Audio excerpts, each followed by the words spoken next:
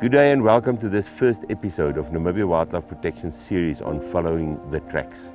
And today we follow the white and black rhinos tracks. White and black rhinos are common features in Namibia, and we are the only country in the world that still has free roaming black rhinos. There are, however, vast differences between the black and the white rhino, and probably the most prominent one is the shape of the mouth. The white rhino's upper lip is square, while the black rhino has a hooked upper lip.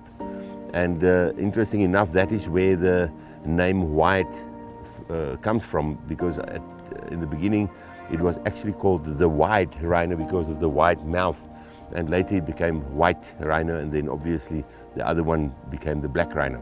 The white rhino is much larger than the black rhino and is not that aggressive. Black rhinos are very aggressive, especially when you walk up to them in the veld. The other difference between the two is that the white rhino used to keep his head low down to the ground, while the black rhino keeps his head up.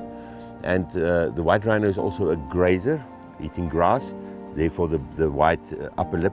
The black rhino is a browser on the other hand, and browsers eats leaves and twigs. Another interesting fact about the difference between the black and the white rhino is that the white rhino used to let his calf, the mother let the calf walk in front of her, while the black rhino's calf is always behind. The most obvious deduction that one can make from that is because the black rhino used to keep in thicker bush than the white rhinos. White rhinos prefer open grasslands and so forth, and the black rhino are very, very fond of thickets, thick bush areas, and maybe that's why they let the calf walk behind them, because the mother shows the way in these thicker bush areas. White rhino bulls have a way of marking their territory by dragging their hind feet and then normally urinating on that drag marks. Now that is something that you will always see where there's white rhinos in the area. You will see the bulls marking their territories, and they are very, very territorial. They also have a way of walking with their noses onto the ground, making like skid marks on the ground, dragging their noses on the ground while they walk.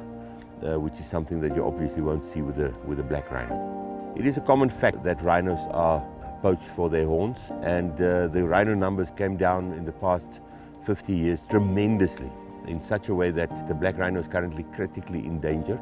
There's a tendency amongst rhino owners to dehorn them as a deterrent to poachers.